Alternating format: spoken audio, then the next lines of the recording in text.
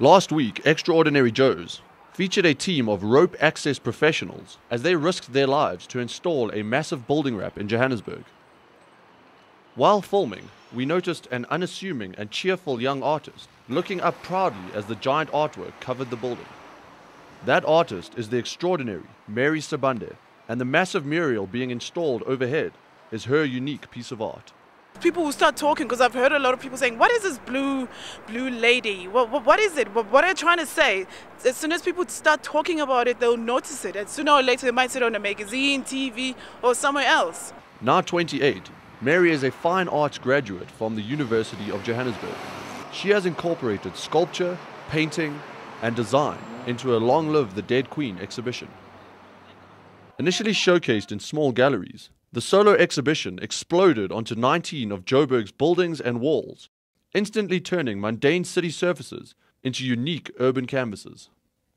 Sponsored by the National Lottery Distribution Trust Fund, the exhibition is the culmination of 8 years of seeking funding by the organization Artists at Work, and positions Joburg as the world's first citywide art gallery. Extraordinary Joes spoke to Mary at her studio in central Johannesburg about the meaning behind the work, her artistic processes, and her life.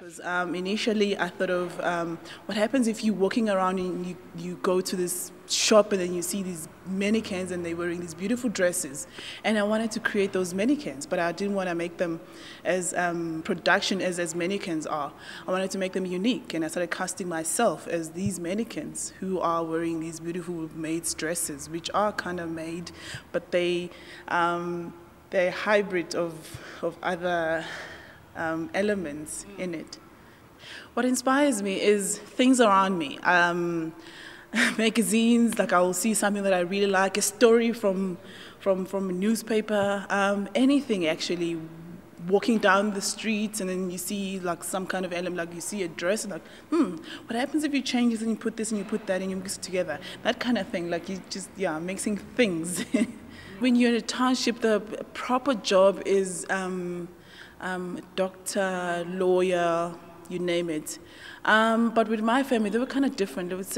I said, well, I want to do fine art. And they were like, what is fine art? So you're going to draw and paint the whole day? And initially, I didn't have an answer. I said, well, I don't think it's about that. And when I was in second year, that's when I started explaining what fine art is. And they got the idea, and they were like, wow. You know, actually from the beginning, they supported me. They said, well, anything, whatever you want to do, just go get your education. Don't be like us. I wanted to celebrate the women in my family. And Long Live the Dead Queen, I wanted to start from the beginning. And the queen is my great-grandmother, who was a maid. And she passed it on, the domestic relay, I would like to call it, to my grandmother. And my grandmother passed it on to my mother. But my mother didn't pass it on to me, because I was born in the 80s.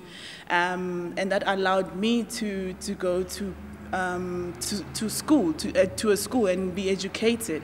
And I also went to a good high school. So that kind of thing, like, you know, like South Africa changing and me having that freedom to choose my destiny, and looking back at the women who in my family who didn't have that kind of freedom. I wanted to start there and celebrate that. And that was the creation of Long Live the Dead Queen.